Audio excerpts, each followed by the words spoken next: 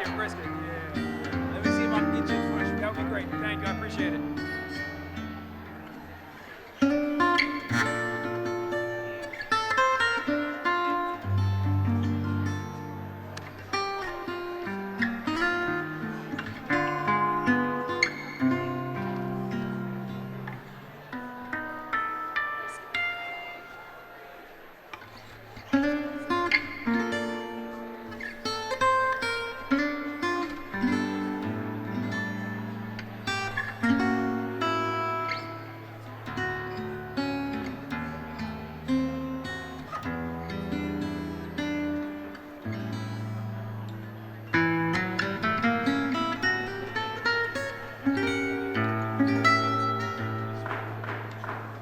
Quiet, please. Quiet, please. Thank you. Please have a seat.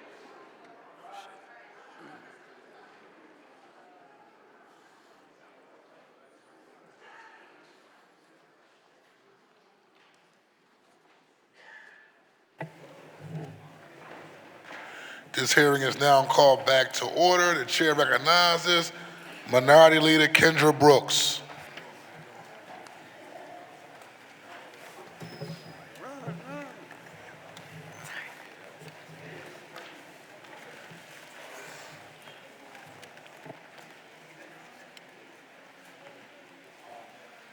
Quiet, please.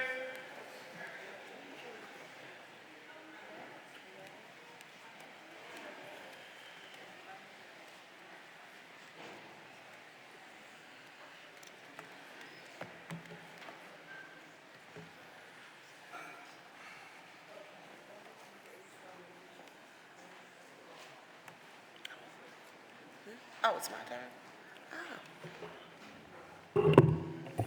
The chair again recognizes Minority Leader Brooks. Thank you, Council President. I was in La La Land for a minute. Good afternoon, everyone. I want to thank the Sixers organization for, finally making the time to talk to all of council. I do not want to state these conversations that they should have started many months ago, if not years ago, because of this body's approval over the plan. And I look forward to this discussion today, and it has been pretty robust so far. I want to go directly to my first question. It was pretty clear yesterday that City Council is not prepared to approve this legislation without further discussion of the CBA. And there has not been a lot of discussion about what the total cost of this land could net in property taxes. So an independent analysis have said that the land could bring in $450 million. And the $50 million CPA doesn't even come close to this. So what's stopping you right now from committing to this city council, from working with us to develop a new CBA that we could bring in at least $250 million, which is still far short of the $450 million proposed around this land? Councilwoman, thank you for your question. Excuse me. I've not seen the study that you're referring to, but understand what the numbers are. The land right now, I believe the mall generates, between the mall and the Greyhound station, A little over $1 million a year. a little over $1 million a year. And the way that this would work is there is a state law that governs how professional sports venues are taxed in the state of Pennsylvania. That law is what results in the pilot payment. Our pilot payment would be multiple times more than any of the other professional sports venues in the city. And so that is what we are looking forward to contributing to the city and to the school district. And then I believe the part of your question was specifically around the amount of the CBA. Is that correct? Okay. As I stated before, and I think Council President asked the question in terms of how we got to the $50 million number. It was a combination of what the project could support, looking historically at what other venues had contributed as far as the community benefits agreement goes, especially other ones that actually did receive local public support, which we are not pursuing. And so that's where we're at, and $50 million is the number that we can support. We currently can't go above that. Okay. So when the Sixers announced their intentions to include the community benefits agreement, when they started publicly proposing a stadium, the number that they used was $50 million. What changed in the community agreement between the initial proposal and the one that's under consideration for City Council now? specifically, what input did we have from the community? Yeah, no, great question, and thank you for that. When we announced the project in July of 2022, we probably spent the first 6 to 9 months almost exclusively reaching out to and engaging with stakeholders in Chinatown to understand, one, to build relationships, secondly, to understand what concerns were, and three, to share more information about the project. Through that process, we had conversations around what a community benefits agreement could look like. And we even made some offers and some examples about what that could look like.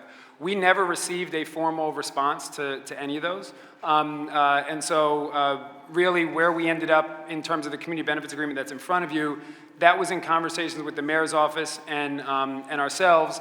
And a lot of the stakeholders that we were engaging with in Chinatown got to a point where they didn't feel comfortable engaging directly with us because they were concerned that they would be misperceived as endorsing the arena when they weren't really sure about where they stood on it yet, or experience other things that they weren't really comfortable with in terms of those perceptions. And so they felt more, they asked us respectfully, we don't feel comfortable continuing to meet with the 76ers. We prefer to work through our district council member, Councilman Squilla. And so we know that Councilman Squilla has had conversations with those individuals from the neighborhood. And you know, they felt most comfortable for City Council, I guess, between Councilman Squilla and as a whole, to represent their interests as far as the community benefits agreement goes. So the short answer is we never had a formal community benefits agreement because folks didn't feel comfortable transacting with us because of a lot of the pressures and controversy around the project. Can I keep going? I still have more. I have another one. Can I go? Okay. So the pilot only pays about $2.5 million to the school district. That basically covers the per pupil cost for about 150 students per year based on school district's 2023's budget. If we do not let billionaire owners avoid property taxes, the school district could get $224 million in funding over the next 30 years. Do the Sixers think this is a good deal for Philadelphia students who are facing school closures, asbestos, and lack of basic items like air conditioning in schools? I'm sorry, I missed the last part of the question, Councilmember. Do you think this is a good deal for students? I'm sorry. Do you think it's a good idea, a good deal for school students, being as though we're losing so many tax dollars around this? Understood. I think the way we look at it is, again, based on how professional sports venues are taxed according to state law in the state of Pennsylvania.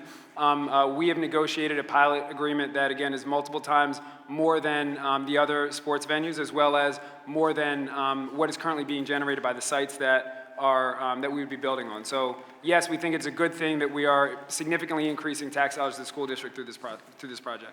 And if I can add, I think it's important to look at the project in the totality. It's not just about the pilot, but all of the additional tax revenue streams that would be generated from the project. And when you look at that projection, that's $200 million over the course of the 30 years that goes to the school district. That's a new revenue that wouldn't happen without this project. Thank you. You're welcome. Councilmember Nicholas O'Rourke. Thank you, Mr. President. And good afternoon. Good afternoon. Mr. Gould and Mr. Kaffenbaum. Did I say your name correctly? Kaffenbaum. Kaffenbaum, I apologize.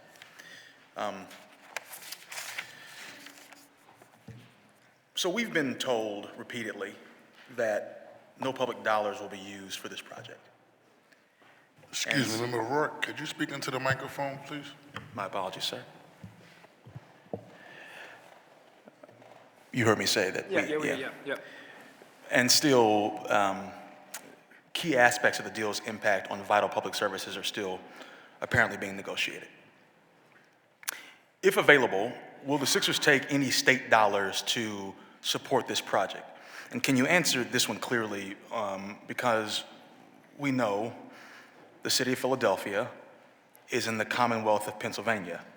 So Philadelphia taxpayers pay state taxes. And solving our biggest problems requires help from Harrisburg, which means that Philadelphia citizens pay those state taxes. Can you confirm, again, if the Sixers are taking any state dollars to support this project? Currently, we are not, although as we've said since we announced the project, we are open to funding from the state and federal government if there are things that allow us to further enhance the project and bring more resources from the state back into our city. So then you can confirm then that the Sixers, or you all as their representatives or others, have had meetings with state officials about the possibility of state funding opportunities for the arena? We have had very preliminary conversations. Some of them have happened in sort of like the normal course of business through other things that we're talking to them about, but there's nothing definitive that's been discussed. Nothing definitive, just kind of preliminary conversations, no hard answers from anybody? Correct. Nor hard requests, I would say as well. As you may have heard, yesterday the Park Administration told this body that the Sixers would be footing the bill for many additional costs associated with this proposal. I won't spend much time talking about SEPTA. We've talked about it quite a bit, and the members have covered it, but let's talk about some of the outstanding costs still there. And these are a couple of questions I have. If you could give a yes or no, that'd be super helpful. Sure. Are you planning to cover the costs of police manpower and overtime? We will cover the cost the same way as other teams do. So is that a yes or a no? Our understanding is that the teams pay for police presence within their property, within the sports complex, and the outside of the sports complex is paid for by the city. The city yesterday testified that that was not their understanding. We're still looking for more clarity from them. Our request, as with everything, is to be treated fairly and equally with our peers. Do you plan on covering the cost of any new signage and wayfinding required for the new arena?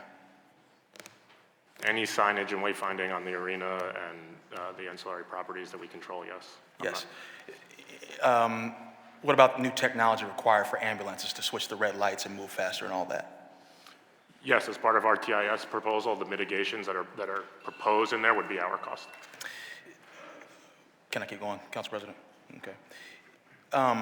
The first one concerns me, the other ones are a little bit firmer, but if we don't have firm commitments from the Sixers to pay for these added costs, as has been expressed, our fear is that the costs will fall back onto the city at a time, mind you, when we can't afford to be siphoning off any of our public dollars away from our priorities. And furthermore, I'd like to say frankly, and with regard, like member Lozada, I also caught a little flack yesterday on the internet, was described as rude and disrespectful in my line of questioning, so please hear my heart. Sure.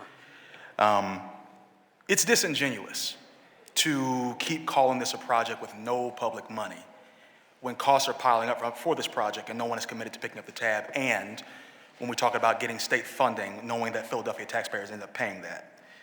So I want to talk about the Sixers-sponsored study through MuniCap Incorporated in 2023.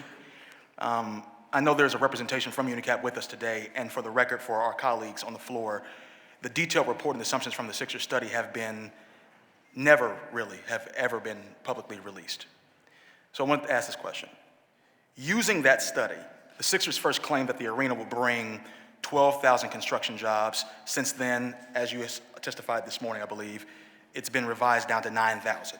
For reference, the entire U.S. economy added 12,000 jobs in October 2024. That's the entire U.S. of A. And the city's economic impact study forecasts only 260 full-time construction jobs. I don't want to spend more time talking about this, and I think it'd be helpful, actually, at this stage, it's imperative that you show your work on this. Are you prepared to release today the full MuniCap study? Few questions in there I'll take. So there's MuniCap work, there's eConsult work, jobs, tax revenue. Those were two different studies that we conducted. In relation to the 9,000 versus 12,000, 9,000 direct full-time equivalent jobs, 12,000 indirect and induced full-time equivalent jobs. I'm sorry, just to clarify, 12,000 is indirect plus direct, not 12,000 indirect total. Correct. Yeah, okay. Yes, sorry. So 9,000 jobs direct, additional 3,000 indirect and induced, total 12,000. Okay. Are you prepared to release today the full MuniCap study?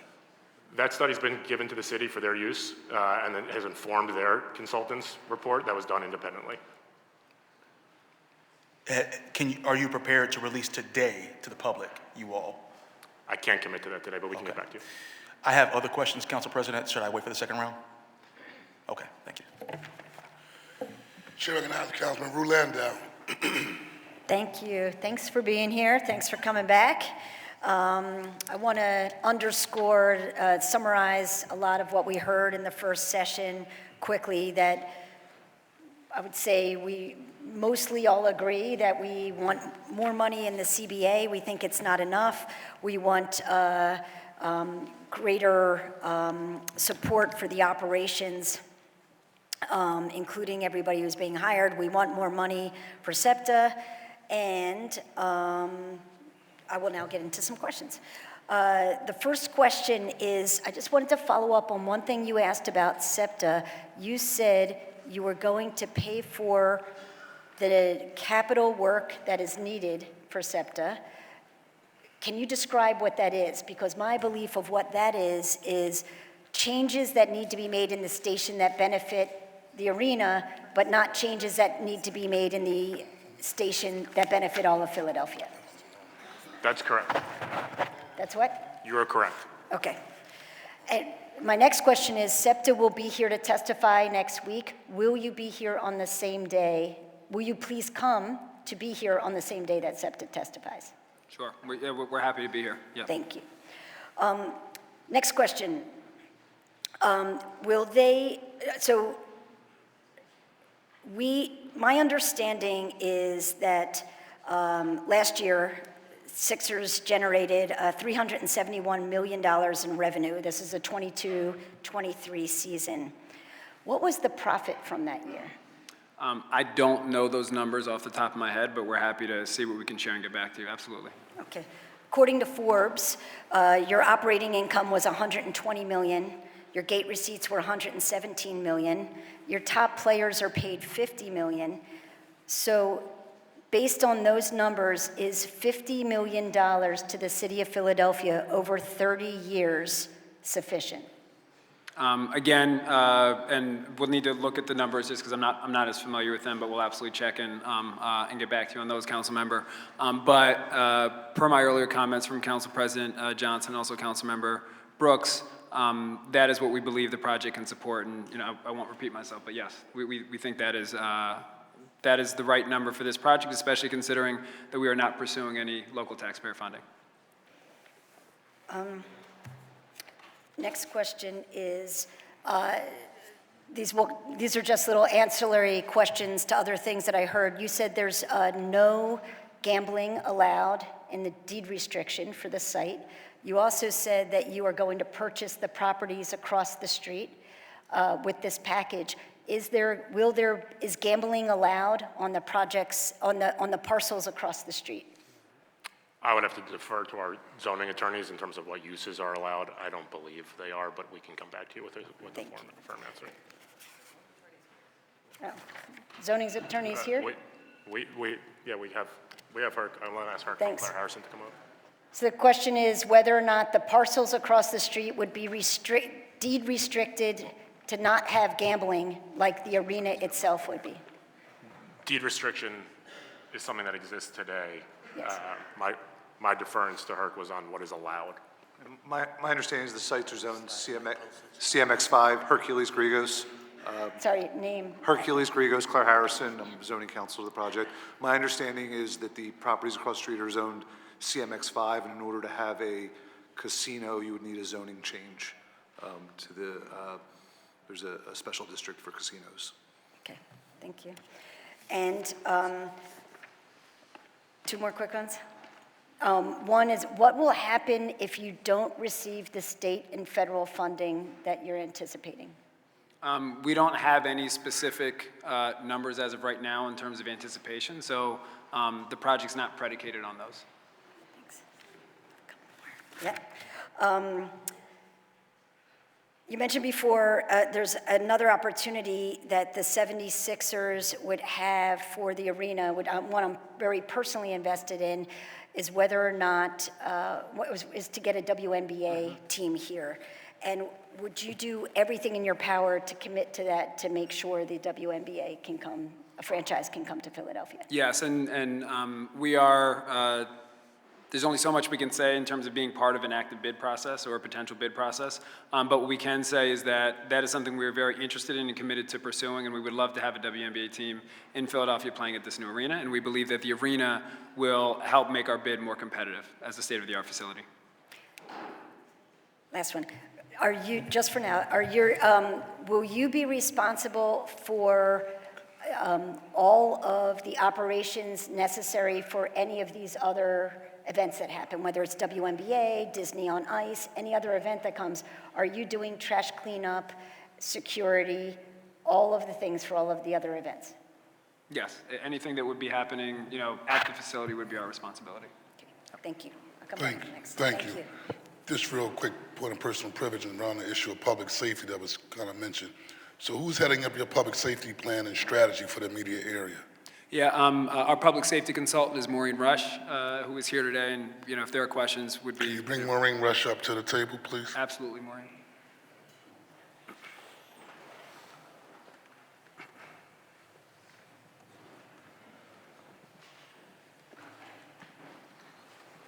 Just state your name for the record, please. Maureen Rush. Your background, Ms. Rush? I've spent 45 years in law enforcement, 18 with the Philadelphia Police Department, going up the ranks, went over to the University of Pennsylvania, and for the last, I retired in 2022, and for the last 20 years of my 27 years, I was Vice President for Public Safety and Chief of Police. Where at? University of Pennsylvania. Okay. Just real briefly and real quick, because members talked about, so we have a $50 million CBA, right? And not asking for any local public dollars. But there will still be costs overall as time goes along regarding the project where the city will have to chip in some way, somehow, indirectly. But around the issue of public safety, what is the strategy around that immediate area? I'm actually go from, I guess I could say 8th to 13th Street, and Councilman Squilla knows better in terms of being the author of the Special Services District, but also from, I guess it would be Pine Street to Spring Garden. The strategy around making sure individuals are safe, particularly around the arena area, Chinatown area, as it develops. Right. Your plan, Yeah, so. your vision. So, for the last couple of years, I've been working with the stakeholders in the Market East, not just Market Street East. Center City District obviously has done a great job on both East and West, and most recently put a whole bunch of CCTV cameras along Market Street about a year ago. Philadelphia Police obviously will be very involved. Jefferson Hospital now has a police department. They will be involved, as will SEPTA Police. So in meeting with all of those folks, and also, the people who run the Reading Terminal Market, the convention center, what were the needs and what were their issues? And we put that into a comprehensive plan where we're looking basically at, putting, well, if I may say, a lot like we did in University City, which became very successful. So making sure that there's good lighting, that there is good technology in closed-circuit television, which lighting's already great in that area, thanks to the Center City District. We would also create safe corridors. So when, hoping that, not hoping, but people will take a lot of public transportation. So working with SEPTA Police in a safe corridor handoff for people. Also, people are gonna come out after a game and they're gonna go to restaurants and making sure that the safe corridors are designated to where they will go to after the game. What's your strategy and plan to deal with scalpers? Scalpers, I'm that's. old school South Philadelphian, so If I could figure go down out. to the stadium and try to sell you a ticket to see WWF for like $100,000 to go see the game. think David has and an that's answer. a very, because we have to also be realistic. Any event, let's say this moves forward, and with more traffic, Yeah. right, also brings individuals who looking to do. Yes. That's just the reality. I mean, we know Market Street in the early 80s, right? And going downtown, I think somebody got me with 3-card Molly coming from school, took like my little $15. They give some North Philly too, but that's a different story. But with more traffic, right, you also have people popping up, Right. scalping tickets, pickpocketing, preying on individuals who are out of town, right? Right. How are we being forward thinking in terms of paying attention to that? So I'll let Maureen speak specifically to the broader public safety strategy. I'll say just on the scalper piece, that is not something that we typically see at our games because our tickets are almost exclusively digital at this point. And so oftentimes back in the day when you see scalpers, because they had, 10, 20, 30 physical tickets on them, they would sell you, as opposed to going to the box office. That's not something people are able to do anymore. So that specific concern, I don't believe would apply to the new arena, and we don't see much of that at the where we currently play now. Oh, that's good. Go ahead, Maureen. So we would be working and contracting with Philadelphia Police. They have a unit with the Center City District Bike Patrols. So events at the arena, whether it's basketball or concert, whatever, we would staff up for those events, working with also the Center City District. They actually employ Allied Universal as their security ambassadors, and we would contract through them to enhance not only just around the arena, but again, safe corridors where people are going to travel to. Our hope is, first off, that right now, there's nothing down there at night. Even during the day, it's very difficult, and the constituents I spoke with, last week, Giant Heirloom Market just closed. And it's panhandling, it's mental health, it's homelessness, and it's retail theft has gotten better with the new plan under our great police commissioner, Kevin Bethel. That has become under control, but it still is, the area needs infusion of people walking, a destination location which will draw more stores, more apartments, more activity. And right now, if you go down at night, what you're seeing is no one. After dark, everybody's gone. Jefferson Hospital has people working around the clock. They don't feel safe. It would also enhance their safety. Thank you very much. The chair recognizes the author of the legislation, Councilmember Mark Squilla. Thank you, Mr. President. And thank you guys for being here. As we talk about security, one of the issues was to co-locate a location around 11th and Market. And from what I understand, and maybe Maureen could answer this question, as SEPTA, PATCO, City of Philadelphia, Jefferson, and the arena folks would collaborate at that location to be able to better, I guess, judge how we as a city will look at safety during these events. But also that public safety headquarters would be there, I'm assuming, even when there's not events. And how would that operate at that point? So Jefferson Hospital, as I said, created a police department a couple years ago. They are currently developing a public safety headquarters, which will be right at 11th and Market. So they're going to have all their uniform officers reporting in to there. We would like to work with them and have a security hub that would be staffed perhaps by security officers, but it would be a stop-in for all officers, PATCO, SEPTA, Philly, Jefferson. Jefferson also has a pretty large public safety arm that does the same thing I'm talking about around safe corridors for their people to come back and forth to Jefferson Station.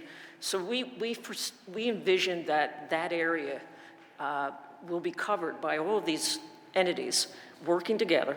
The other important thing I didn't mention is the cameras that are up and down right now, Market Street, which was put in by Paul Levy right before he left in the Center City District. Those cameras and any additional cameras that we put in will be the kind of cameras that are made to be able to report into the Philadelphia Police Civic Center, Delaware Valley Intelligence Center, where they can watch cameras. So in addition to people and uniforms and lighting, The technology won't just be after the fact, it will be virtual patrols, that's what we call it. And virtual patrols will be done at the Divic Center and also at the Security Hub Station alongside Jefferson Police. Okay, so there will be somebody, I guess, at that headquarters to be able to monitor that also. Exactly.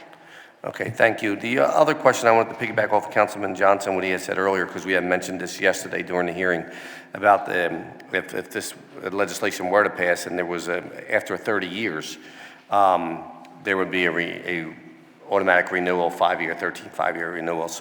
And I believe you did say that you would be willing to support change in the legislation to allow a renegotiation of the CBA at that point. Is that correct? Yes, we're willing to commit to a pro rata continuation of the CBA as it relates to the extensions if they were to be elected. Okay, so if we do amend the legislation at that point, that'd be something that would be supported by Yes. you guys. All right, thank you. I'll come back. Thank you, Councilman. Thank you, Councilman Squilla. Councilmember Harity. Thank you, my brother. Good afternoon. How are you today? All right. Just have a couple of questions here. How does 76th Place activate the streets surrounding the arena to spur development? And can you tell us about your tax projections in regards to the city? Sure, I think those are two separate questions that I'll Yep. take the first one about street activation and spurring development, and I'm going to ask members of our design team also to come up and help answer that. You guys come up and just get ready. But in terms of spurring development, the investment that we're talking about, private investment, is, as Maureen said, going to bring activity. It's going to bring dollars to the area, which is going to help build and give a reason for other developments that have long been stalled on the surrounding areas to build something of their own. Right now, as you walk down Market East, not only do you see the store closures that are happening, but you also see long vacant parking lots, Disney Quest, you see the boarded up retail that's there, and this is right in between City Hall and Independence Hall. And so there's a reason for that, and it's because there's not enough people there. And so the anchor destination of a arena provides that spur development. In terms of activating the street and how the design speaks to that, I'm going to ask our design team, both Jonathan Malley and Jonathan Moody. Good afternoon. Jonathan Malley, a senior principal, and I'm one of the global directors of the architectural design firm Populous. We've worked on over 3,500 projects across the world. And when it comes to urban arenas, and over half of those have been arenas and stadiums, we really take a look at the street activation and how to enhance it. And I think the points that were made about from a security standpoint before, when you have a venue like this that draws people to it, you activate the street and you bring it alive. But then how do you take the building materials of the actual venue and enhance that? Transparency, glazing, retail activation. And in this case, the fact that the team is incurring the costs of lifting the basketball court up in the air, off the street, to further activate that whole ground plane. I've never seen that before in any of our projects to this extent. And this is something that will be special and unique to the city of Philadelphia. Good afternoon. Jonathan Moody, I'm president and CEO of Moody Nolan, African-American owned architectural and design firm. Building on that, this is truly a unique experience. Typically, the rule of thumb is exiting is the priority for you, and basically exiting means you have your biggest exits of the main bowl section at grade. And in this case, the priority was different. The priority was to say to lift it up to allow as much of the community, and that was through feedback and other conversation, to say that this can be a way to activate the city and activate all the adjacent streets. So it's not a block or a node or something that prevents, but something that actually activates and enhances the street presence. Okay, and as far as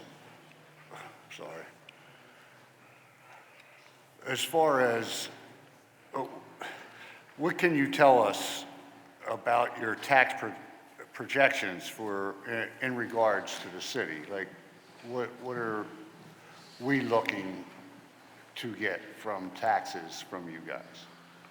So we did a robust analysis of the project with MuniCap. I'm going to ask Max Levy to come up and speak to. The net result of that is $1 billion of net new taxes projected for the city and school district. 800 for the city, 200 for the school district. And I'll let Max explain exactly what that means from a net new perspective and what was included in that. Yeah, thank you. My name is Max Levy. I'm a vice president with MuniCap. MuniCap is a registered municipal advisor. We have both municipal entity and developer clients across the country. We manage over 400 public financing districts. We were engaged by the 76ers to look at estimates of tax revenue resulting from 76th Place. We analyzed a variety of scenarios, including a net new impact scenario to the city and school district of Philadelphia. We took what we call a reasonably conservative standard in our approach to the analyses. Specifically, what I mean by that is we looked at direct impacts resulting from the Arena and Fashion District projects. We did not look at indirect or induced impacts or any other multiplier impacts. We relied on a variety of industry sources and third-party reports to prepare our tax calculations. And as Alex said, we showed that the project over the 30-year team play agreement will net to the city about $775 million in tax revenues, and to the school district about $200 million in tax revenue. Okay, and I know my time is up, but I just, one more thought, let's say. So the Chinatown Collaborative, or whatever it is saying that there will be about 600 businesses in that area affected, directly affected. You guys say that there will be only 40 businesses that will be affected directly during construction time of the stadium. Talking to people in Chinatown, some of the business owners, and going over some numbers with them, I came up with a number closer to 120 businesses that would be directly impacted by the construction. Mostly mom and pop shops, restaurants, variety of different little stores, clothing stores, stuff like that. And in the community benefit package, there's 1.6 million going for that. That's nowhere near enough. If you look at it just on a simple thing, and I'm a simple guy, so I try to look at things in a simple way. With 120 businesses, if we were to say that we were going to give them a grant program in order to try to survive through the construction process, just at a minimum of, say, the 120 businesses could apply within the 5-year period for, say, $10,000 a year to get them over that hump. For 120 businesses, it's $50,000 over the 5 years total per business. That's $6 million, just off the top of my head. There's a big difference there in numbers. And, you know, I get it that you guys are negotiating in good faith, and you have, you know, not only dealing with us, but you have to deal with the mayor's office. I would just ask that when we continue these conversations, that you keep in mind that these are residents that are trying to make something for themselves. They're trying to succeed. And what me and my colleagues are, you know, for me, it's different. I see the thing. I'm a union guy, so I see the value in all these jobs that are going to be created. I see the value in the fact that we're going to be hiring other union people to run the shop. But that being said, we also have to think about those little mom and pop shops that, quite frankly, are hurting already. And even at the point where they said low interest loans, given, you know, I'm not an economics guy, but I know that giving somebody that's already struggling another payment is not going to work. We need to look at grant funding, and quite frankly, it needs to be more than 1.6. It's closer to about $6 million just on a short, you know. Thank you, Councilmember, for that question and comment. We'll just reiterate that, based on the testimony of the administration last year, I know there's an openness to discuss the allocations of the CBA. We'd welcome dialogue around that. We're very sensitive to the dynamics that you're talking about. We've spoken to a lot of business owners and heard similar concerns. Also heard, some business owners were excited about what the potential could be after opening. And these are dynamics that we need to balance, right? And we take that seriously. It's not something that we take lightly. So as far as the CBA, we welcome additional conversations about that. We also are welcome to conversations about how we as the 76ers, just, in our core business, could also be supportive of those businesses moving forward as well. So we would love a discussion to learn more and figure out what a solution would look like. And I appreciate that. And there are some excited people in Chinatown because, traffic is a good thing for their businesses, especially restaurant business. So looking forward to trying to get that up, but I don't want to develop a property and not take the existing people with us. Agreed. When we We move, agree. let's move together. We agree.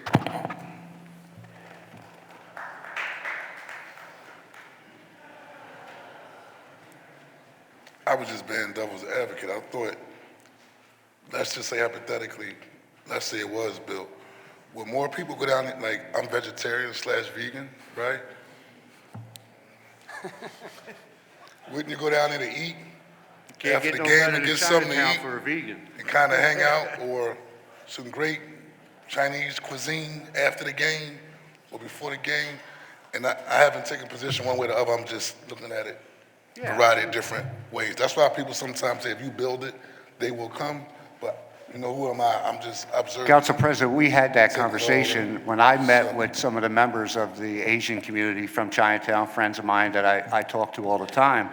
That was kind of their feeling, and I mean that the way it was put to me is like an average cost, medium range for a Sixers ticket's about $100 a person. If you're taking a family of four, that's $400. And the way the guy phrased it to me, he said, Jimmy, if you're paying $400 to go to a Sixers game with your family, are you then going to go to, say, a Capitol Grill and spend another $400? Or are you going to go to Chinatown and spend $80? You know what I mean? There's pros and cons to everything, Council President, and I just want to make sure that we're thinking about those small businesses. Oh, we are, absolutely. I'm sure Councilman Mark Squilla has done a yeoman's job in making sure that his constituents in Chinatown was supported and did a robust job in terms of advocating on their behalf with the administration. So just being objective and paying attention. At this time, I would like to call on Councilmember Jeffrey J. Young. Thank you, Mr. President. And good afternoon, Mr. Kaffenbaum. Kaffenbaum, thank you. It's nice to meet you. And Dave, always good to see you. First question, statement first. I really just think that from listening to the questions of my colleagues and the responses, I think that what is missing here is that there are two separate co-equal branches of government, right? And I think that you guys negotiated an agreement with one branch and not the other branch. And I really think that is kind of like a slap in our face when we are the ones that have to go through the motions of voting on this, putting this out there. It's our face that's up there. As my colleague yesterday pointed out, it's our futures on the line here when it comes to this legislation.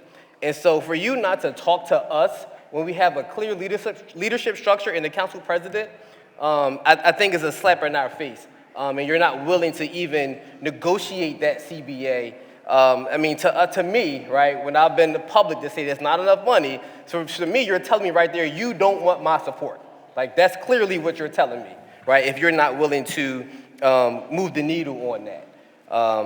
And I just really think that, the process of how that played out, although you've been going through this for a couple of years, I just think that how that played out, how that was negotiated, I don't think that was in good faith as far as this body goes. So I just wanted to put that on the record. First question is, Why the rush? Why does this have to be passed on December 12th, 2024 versus January 30th, 2025? Yeah, you want to answer? Sure. So it's a good question and an important one. The imperative date is 2031, and working backwards from that, which is when our current lease expires at our current facility. We need a place for the team to play in 2031. And when you work backwards from that with the construction schedule, the demolition schedule, the design schedule, that's what gets us to the end of this year. In all honesty, we're already behind in terms of starting that, but that's kind of our drop dead date of needing to be able to start the design process, which is about 2 years, to enable us to be able to start the demolition, which is about 18 months, to enable us to start the construction, which is about 36 months. And there's some overlap of those along the way, but when you add them all together, that's what backs us up to where we're at. So I've represented, I'm sorry. Can I get a point of information just real quick? I thought I was under the impression that part of the timeline was based upon the bankruptcy deal with the gallery, and this is something different than you're responding to. So to answer his question regarding, Member Young's question regarding the timeline, can you give me clarity on the difference between the two? Because I was under the impression that the bankruptcy of the gallery, the fashion district, which are about to purchase, they're going to go through the whole bankruptcy process, and in order for y'all to purchase the building, yada, yada, yada.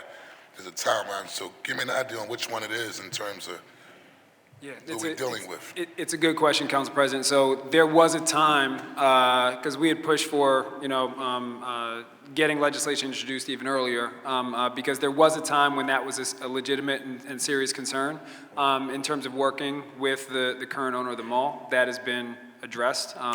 Did come at a cost, but because we wanted to make sure that, this continued to push forward and remain viable. The deadlines that Alex just described that we're talking about right now are purely around the delivery date and what it takes to actually design, construct, or demolition and then construct the project. That deadline would have always been there. We were dealing with an earlier deadline that was unrelated to that we were able to get around. I don't know if you want to. Chair recognizes Councilmember Young. Thank you, Mr. President. So that 1 month will throw your entire schedule off when it comes to construction. There's always overruns in time, things like that. It just happens. This is the nature of the business because you can't control weather, you can't control a lot of things that happen. So that 1 month really throws this entire deal off. I think what you just said is exactly the issue that we're protecting against. There are unknowns during the design, demolition, and construction process, and we need to provide for those realities. And so we are already behind on where we would need to be for this site, but I also want to just clarify something that David said in response to Council President's question. There are the requirements of the transaction in terms of purchasing the various assets. So the sites are under control, subject to receipt of the approvals, which means that those buildings, the mall, are in this purgatory right now. They're not able to lease, they're not able to start the demolition, and so the transaction agreements and structures also require us to come to a decision in a timely manner.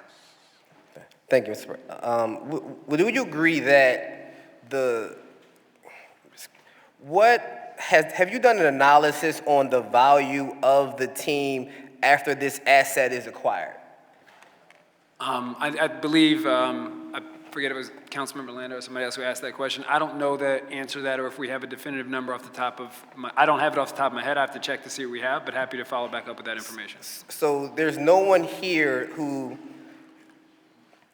testifying in front of the city council today can tell us about valuations of the team, valuations of this particular deal, evaluations regarding what future projections are. There's you guys decided not to bring anyone that can talk to us about that. I want to make sure I get you accurate information, and so we will make sure that you have that information in a very timely manner. All right, well, just Forbes say you're worth 4.6 billion, so I'm just gonna put that out there, right? And so if you have a $2 billion project that you're constructing, I'm just gonna assume, you guys have great accountants, you're gonna figure out the tax liabilities and all that to do some write-offs. But I'm gonna say once you acquire a $2 billion asset, your value is gonna rise by $2 billion, right? And so if you're getting $2 billion and the city's only getting $50 million, I think that's a huge disparity, And I understand there are other costs associated with development and things like that, but the moment you get your CO for your building, your value rises exponentially higher than any one of us in this room probably can fathom, right? And so I just want to make clear that I really think that having negotiations with one branch of government for $50 million, when I'm on a record to say, based on my analysis and talking to other folks, that this deal could be worth potentially $300 million to the city, right?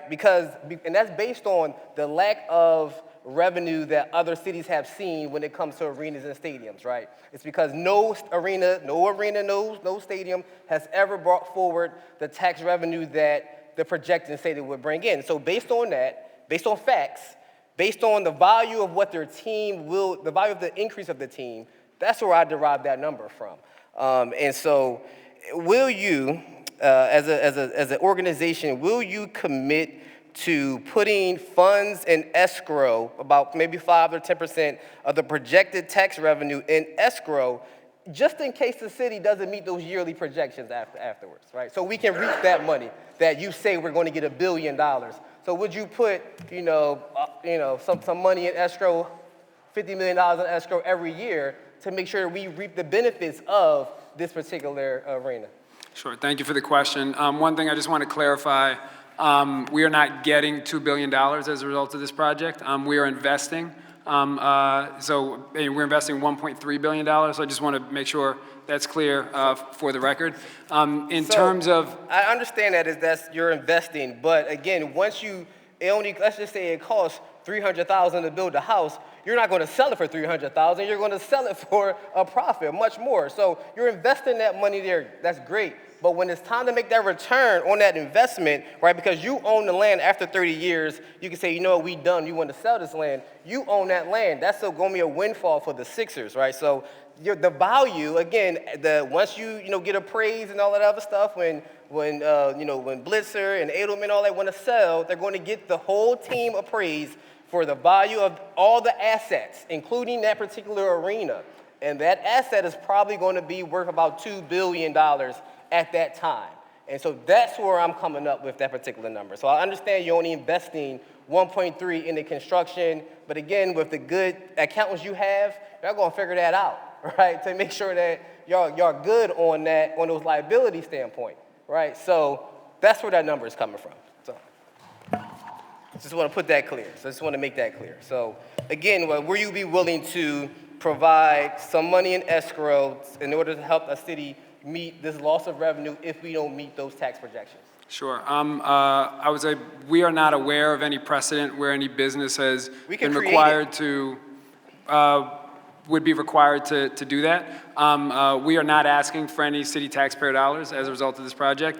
As Max mentioned, the financial projections that we are putting forth are intentionally conservative, and a lot of the estimates that you were referencing include the generation of revenue outside the site and ancillary. We're just looking at things actually on the site. So we actually think the benefit to the city will be much greater than what we're proposing. And so, I mean, the short answer is no, we're not prepared to do that, but I just want to provide some context as to why. So the city's estimate is more conservative than yours, and that's about $700 million or something like that, whatever the number was. But again, if we can't guarantee that these numbers are going to come to fruition because they have never, ever, ever come to fruition in any other scenario across this country. And so if you want us to agree to a deal, I have to be comfortable that we're going to be, it's an equal bargain. And right now, it's not an equal bargain on both sides. So and I know, Council President, I heard the time a long time ago, but thank you so much. I'll reserve the rest of my questions for the second round. Yeah, so one thing I just want to make sure we're clear on, all your points are really good ones. This is all net new revenue to the city. So this is not revenue that is otherwise occurring. It's not revenue that's already happening. It's only net new revenue that would happen as a result of our project. So in regards to the city's more conservative analysis compared to our analysis, I think the city would agree, and I believe they testified yesterday, both assumptions are valid and industry standard. They just took a more conservative view, but they still found that it's a net positive to the city. Please, thank you. So even though, yes, it's a net, you say it's a net positive to the city, but your argument is that that's the incentive for us to do this, is that the city will get all this money. That's your incentive. But if we don't get it, what's our incentive then? If we don't, what's the incentive? And that's what I'm trying to protect. Protect that incentive for us to do this. We appreciate and understand the position. Chair recognizes Councilman Jamie Gauthier. Thank you, Council President. On the 76th Place website, in your statement about how Philadelphia's experience with the arena will be different from what happens in Washington, D.C., where their Chinatown was essentially displaced, you say, quote, "We are committed to investing in the preservation of local businesses and affordable housing options so that Chinatown retains its character, remains a cultural hub, and that existing residents have the option to remain in place," end quote. First, can you say whether the Sixers still agree with that sentiment?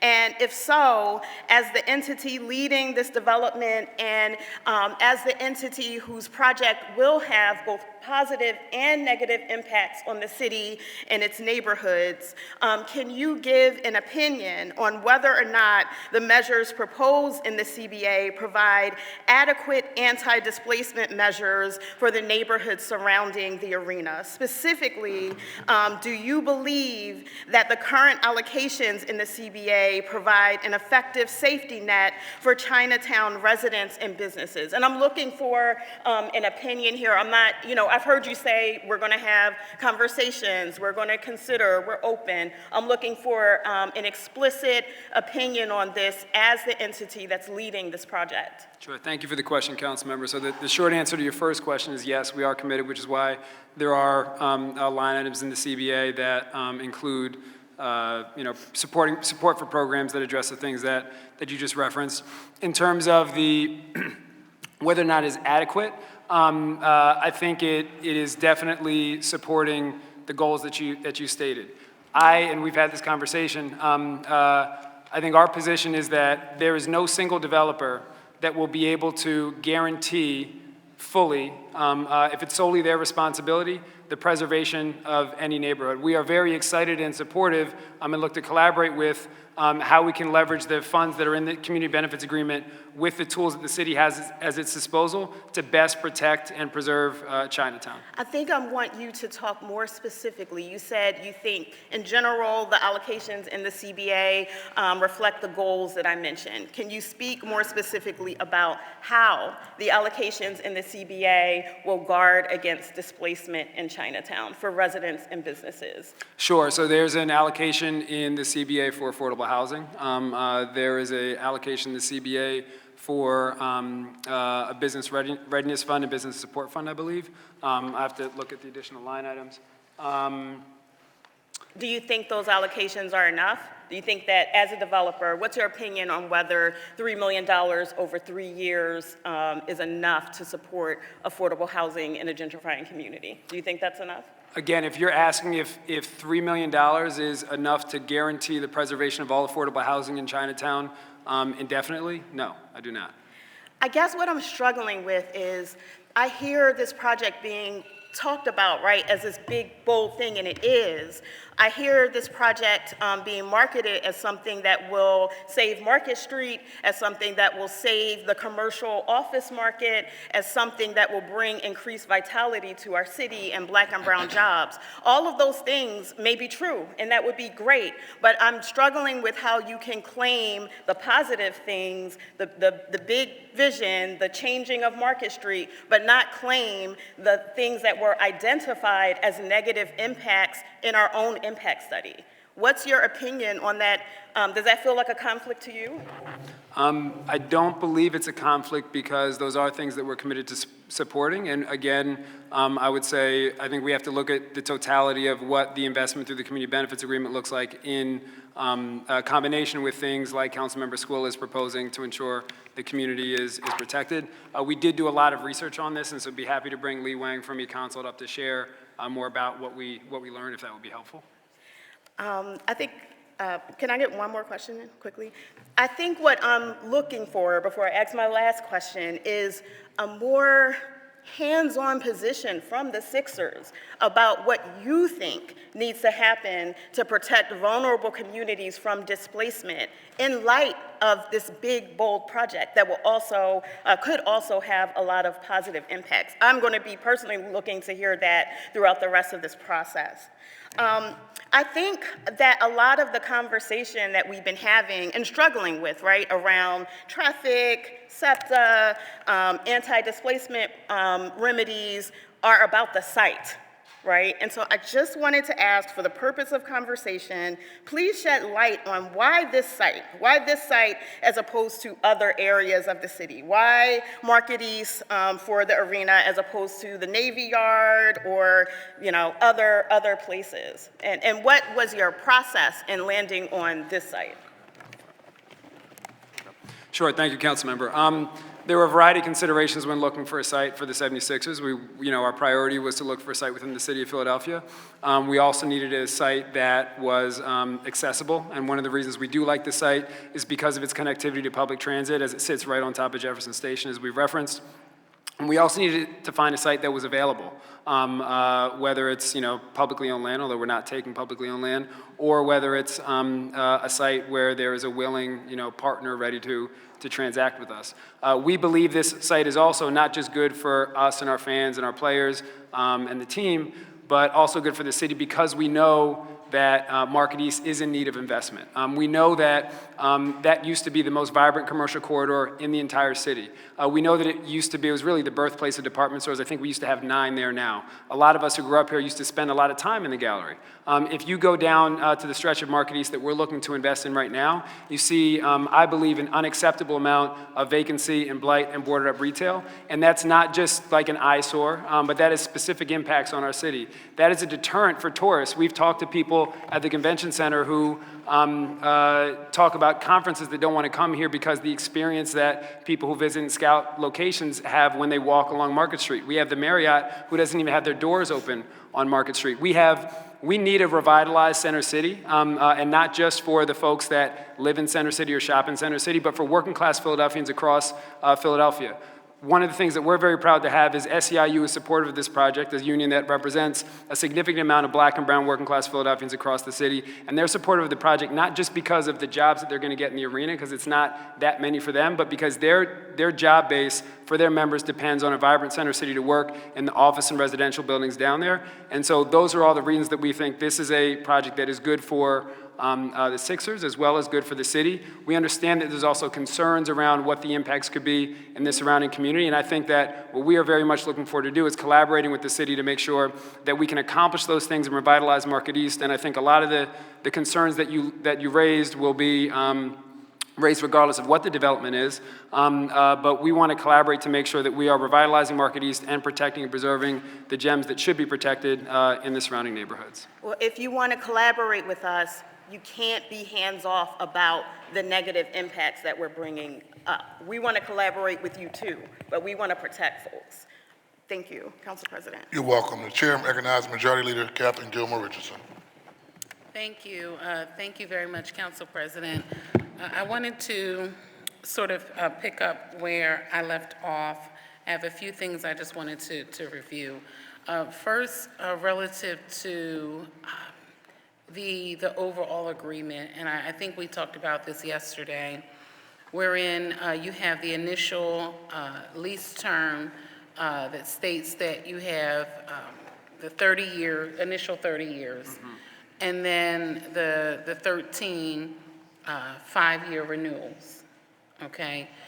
And there was a section in Bill number 240966 around the ground lease agreement, section 3.3, renewal terms, that mentions that you all would give the city in writing 10 days prior to the expiration of the secondary term or the then current renewal term that you all may or may not renew.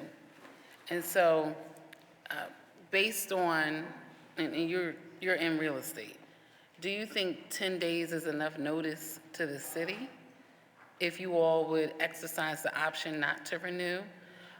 Additionally, relative to the CBA that we're discussing, and I know you all know that many members have consternation relative to the CBA specifically, but the CBA only covers the first 30 years.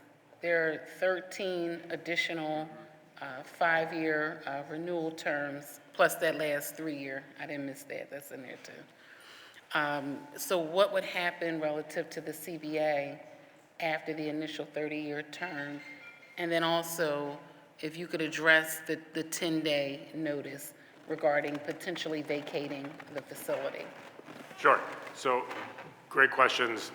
Regarding the CBA, we said earlier that we would be willing to commit to extending the CBA pro rata with any extensions that we decide to exercise in the future. And if that requires an amendment to the legislation, that's something we'd be amenable to.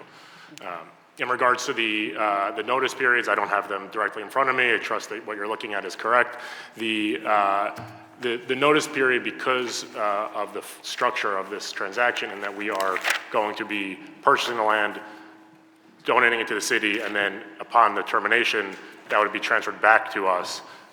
We would ultimately be the owner of that land at the end of the day. Part of what Councilmember Squilla has required of us is a provision of what happens if the Sixers move out. We don't want a big vacant, empty arena sitting on Market Street in 30 years and you all saying that you're not going to take it down. And so he has required us to include provisions to sorry. And I apologize for the interruption. I wanted to make sure that you had that information because I did bring this up yesterday. And it's in the ground lease agreement, it's section 3.3. If you look down at about maybe the 8th or 10th sentence in that paragraph is where it talks about giving the city 10-day notice. And because of the size of this project, and just the size of the potential size of the arena, that concerns me greatly because the city would need more than 10 days notice that you would potentially be not renewing the terms of this ground lease agreement. And so I wanted you to have it so we could have a real discussion. I heard the bell and I do want to honor the clock, but I think that's important. Understood. So go ahead, I'm sorry. Sorry, so what I was saying is in regards to the transfer, one, if we were going to leave, we would need a new place to play. You said repeat that? If we were going to leave, we would need a new place to play. That would obviously take us more than 10 days. So I think that there would be certainly an advance notice around what our future plans are. But because the land reverts back to us, and because we're purchasing it up front, we have a vested interest in what happens there and the value that's going to be created there, not just now, but in the future. And if it is at the end of the arena's useful life, hopefully what we're saying here has come to fruition. And now it's surrounded by a lot of great new development and everything that already exists today. And so we would want to continue that and see how we can now take that asset into the next generation. Sure, and Councilman Blazada said this earlier, and it was something that my mentor and former boss would say all the time. If it is not in writing, it does not exist. And so I think that's something that we do need to address and ensure that that information more accurately reflects what we know to be true regarding your intention around this specific project. Council President, if I may just put one additional question on the record. Thank you very much for the accommodation. I wanted to go to the term sheet, and I know we had talked about this, so you all know that I have some relative concern here relative to the conditions precedent to conveyance and construction of the arena facility on page 94. You know, we talked about this. This is a section list that, the requirements that must be met before the arena can be constructed. One of these is evidence of financing commitments sufficient to meet Arena Code's obligations to construct the arena facility, or Arena Code's election to use its own funds to construct the arena. So could you tell me where I can find the evidence of your financing commitments regarding this project? And you know, we're asking that for multiple reasons, including SEPTA. And have you all submitted these materials in writing to council as a part of the public process and public record for these proceedings? Thank you for the question. The reason why that's in there is the city in negotiations wanted to ensure that we were not able to transfer the land to them and make it the city's obligation to own this land prior to being able to have shown proof that we have the funds in place to be able to build what we're saying we're going to build. They didn't want to get stuck holding the bag. And so the process for getting the financing in place happens closer to construction. As the design progresses, as the construction pricing has been finalized, and as we're able to go out to the various private lenders and provide them with the documentation that's needed to procure the loan. And so that's why it's not here today, but it's a requirement for us to proceed to the next step in the transaction document. So the question is, if you would be able to submit the information that you shared initially for the record for these proceedings, and then if this should proceed, then also agree to submit all of your financing commitments to this body for the record. Because I think it's a fair question to ask relative to how you all are financing the project in its totality. One, because you're stating you will not need any city support. Two, because of the challenge we know to be true with SEPTA. And three, so that we have relative assurity that, as you stated, as a city, we are not left holding the bag. Is that something that you all could commit to, is share with us your financial projections? I'm sure you all have done something in advance of all of this to show that this project would be financially feasible to you, or else you would not be moving forward with this project. So is there anything that you all could share with us on the record as a part of these proceedings that help us understand your financial projections? So we have not shared with the city anything to date in that regard. So in terms of, can you share with us what you've given them? Just want to be clear. Or anything. There's nothing that we have given there. We would have to come back to you with that, you know, because the risk is ours in terms of the private development, the private nature of this. The request to share the financials of the private development is something that we would have to come back to. I don't know that we can commit to that. Thank you for that. But now the risk is yours financially, but the risk is ours as a city. And that's why we are here. And that's why this project would need our approval. So while financially it is, your risk, we would also have to take a huge risk that you all would not have to come back to once you're finished with this part of the process, that we would be left holding the bag. So while you have risk, we have an even greater risk.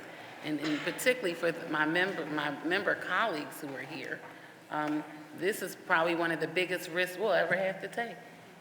And so I just want to be real clear about that we all have a vested interest in this project for a number of reasons, but it does impact everyone as well. Okay? Councilmember, well, I just want to state, very much appreciate what you're saying, and that, there's risk that council and the city have to take on with this project as well. I think we all have a little bit of risk here. I won't even say a little bit. We all have risk here. I think what we are saying is that in terms of the timing of specific information we'd have around financing wouldn't happen until we're ready to finance the project as things change, et cetera. But appreciate the spirit of what you're saying, and so let us go back and see if there's anything in what we can share and circle back to you. I think we understand what you're trying to get at, so let us do some homework and see what we can come up with. And to be clear, Council President, I apologize for this delay, but to be clear, it's not just the financing commitments and also projections. but also how you all came to the conclusion that this would be financially feasible for you Gotcha. to even engage in the first place. You have to have something to show your investors and others when you're working on a project of this magnitude. There is some documentation somewhere that exists that we have not been privy to, that I think we should be, as this project potentially may or may not move along.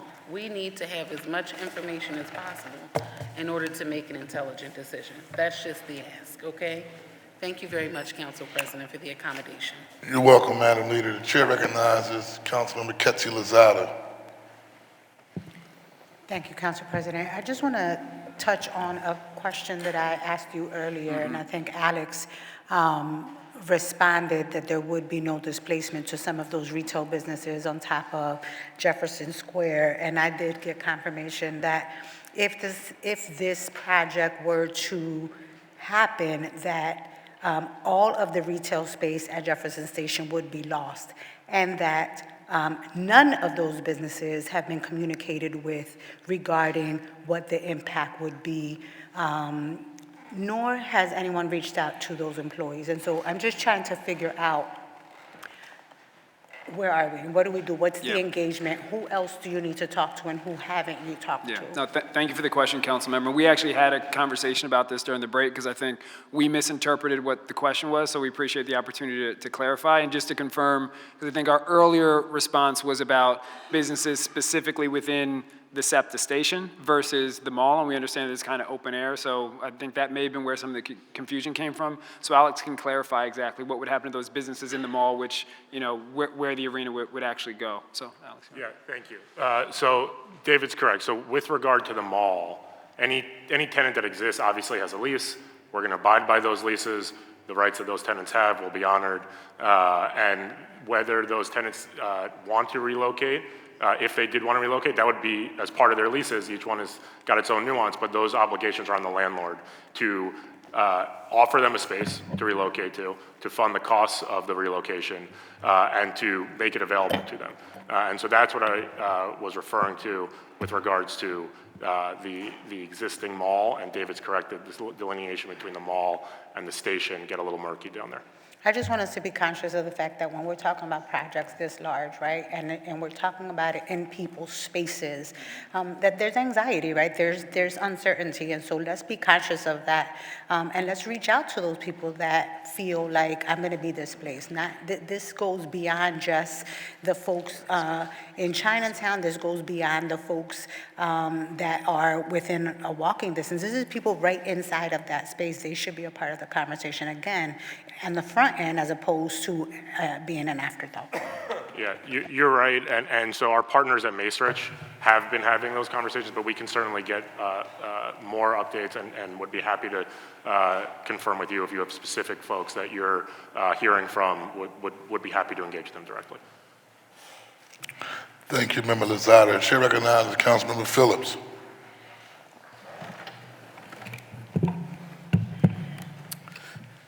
Thank you, Council President. I just want to start by saying that, you know, this has been a riveting discussion, and I've been relatively quiet throughout this entire hearing process because I truly wanted to listen, and I respect, you know, all of our colleagues who have had questions that are thoughtful to help us, you know, really make sure that we're, you know, getting this right. So I just want to say thank you on that regard. I just also want to note, for the record, so our public is, you know, very aware, you know, of the consciousness of our mayor in terms of her negotiations. She is you know, one of the things I'll tell you is that when in the 9th District several years ago, there was a marijuana dispensary that was trying to come into our neighborhood, and she heard from neighbors that how important this was for this dispensary, this marijuana spot not to come into our neighborhood. And she stood there to make sure that that didn't happen. She took neighborhood feedback, constant meetings. This also happened when some developers tried to come in and do work with building a house, right? Houses that didn't fit our neighborhood, and neighbors were complaining about that. So when on record, when she's saying that, she's going to do everything that she can do to safeguard the neighbors in Washington West, as well as those who are businesses in Chinatown. She has a track record of doing that. So when Councilwoman Blondell Reynolds-Brown says, you know, your previous actions dictate your future actions, her previous actions will dictate the fact that she's not going to allow for the Sixers, and I don't think the Sixers also would allow for Chinatown to be in a position where they're not going to be thriving. So I do want to note that, because the other thing is that I do want to ask this question based off of that as well. You know, the Sixers you all have been in conversation about going to New Jersey for whatever reason. And our goal, and I know the mayor's goal, is to keep you in Philadelphia. You know, what was that possibility? And do you believe that our beloved Philadelphians would love for their beloved sports team to go anywhere else but Philadelphia? What was the possibility at hand of going to New Jersey? Thank you for the question, and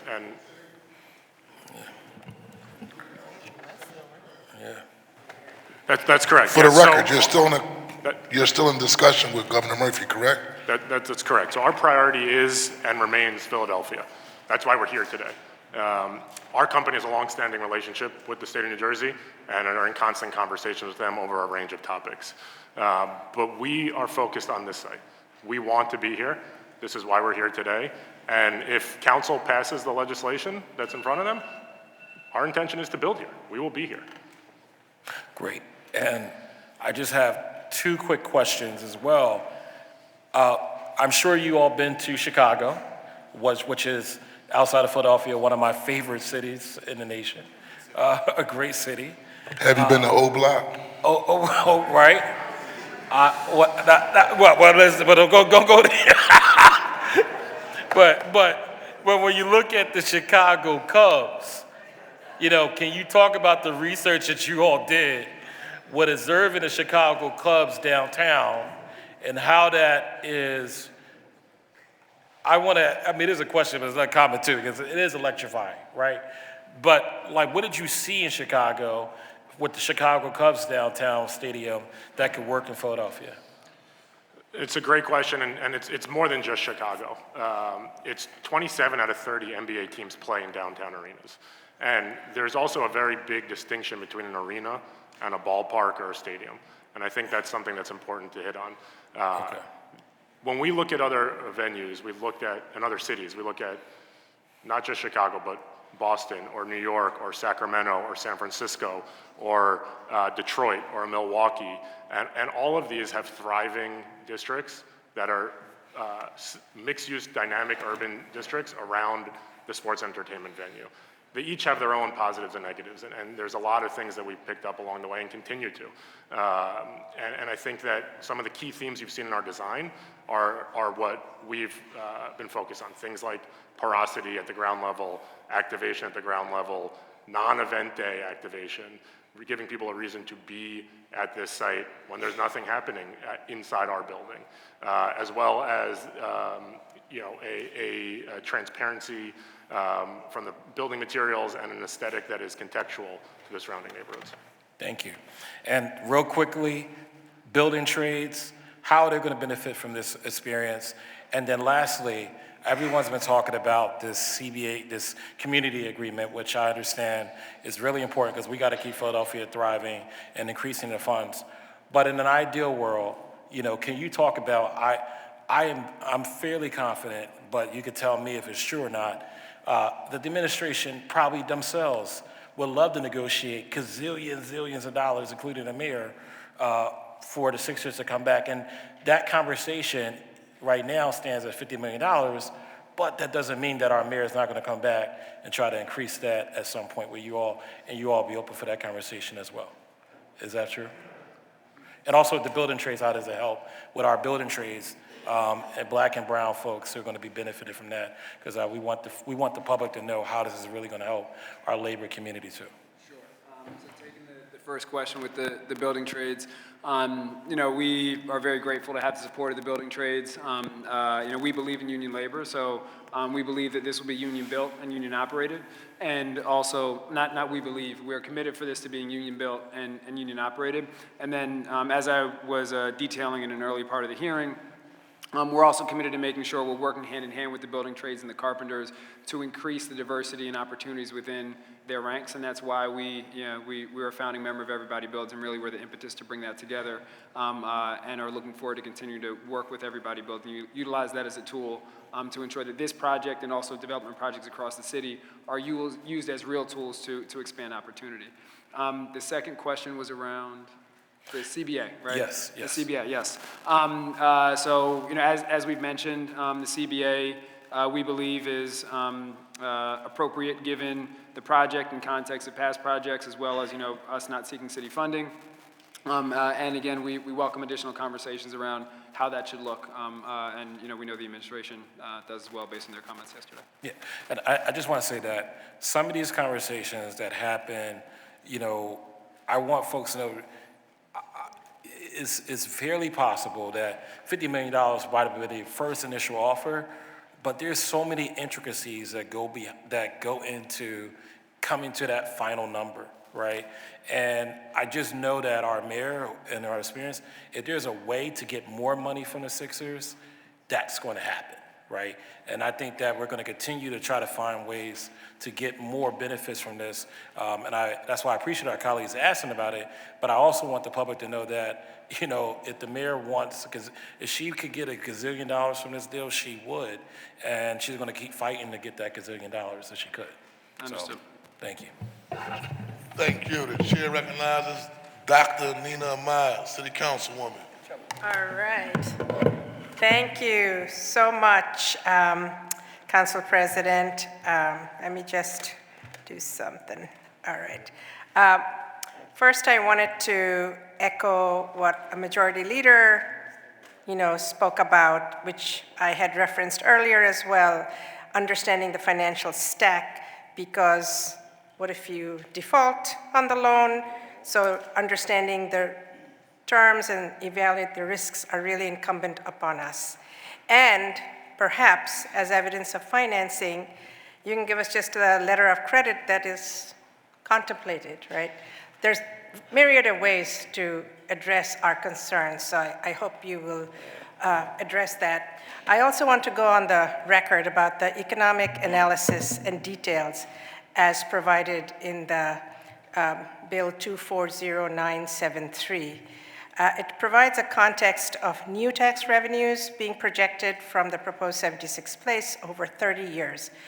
While the 248 million over 30 years is impressive, it is only 8.2 million per year in new taxes from all sources: sales tax, wage tax, pilot, amusement, parking tax, etc., which includes that 1.82 million in pilot payments per year, which includes city and school taxes combined. So for context, we took a look at similarly sized projects, about 1 million gross square feet, and they're not exactly apples and apples, but, and this is on Market Street, like the Marriott. The pilot for 76 Place is 40% lower than the 3 million in real estate taxes being paid by the Marriott, which also has other revenues spinning from it, including hotel tax.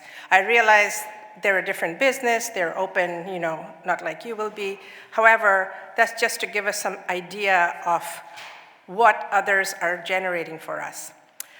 So I want to go on the record that the city is making significant investments in the form of service fees that will be appropriated annually to paid, the front-end administrative and legal cost of striking streets entitlements, foregone real estate taxes under the pilot and UNO payments, and foregoing the fair market value of the fee interest in the site by providing the right to purchase fee simple title to the arena for $1, right?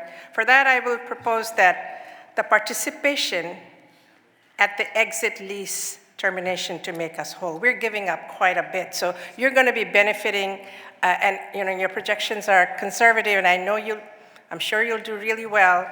And we would love to see something for us to participate in at the termination. And I'll be finished in a second. I further believe that, and others have said this, the proposed 50 million CBA is not proportionate to other arena projects around the country. You talked about the ones inside Philly. It also stretched over a longer period, which dilutes the economic effect of investments in community projects and programs. So perhaps there's a way to shorten that to maybe 15 years, replenish with additional CBA commitments for the remainder of the lease term. That's maybe one way you can get around that. So we do have great opportunities and challenges ahead. We must balance the prospects of economic growth with the needs of our community that will face social and economic consequences and the fiscal impact on city finances. So thank you, and I'd love to hear your responses. Just one initial response, because we appreciate that City Council has an important decision to make, and we just want to make sure everybody has accurate information. The pilot payment, I believe, Councilmember, you referenced 1.82 million per year. Our pilot payment would be an average of 6 million a year over the course of the lease, which would be multiple times more than every stadium and arena in South Philadelphia, would be significantly more than the mall currently generates, and would be one of, if you compare it to other privately held buildings in the city, would be one of the highest tax buildings So in the city. I'm talking about the net present value calculations, which is from your table here. I took it from what was provided. Yeah, I think that's an important distinction, net present value versus cumulative total. Yep, yep.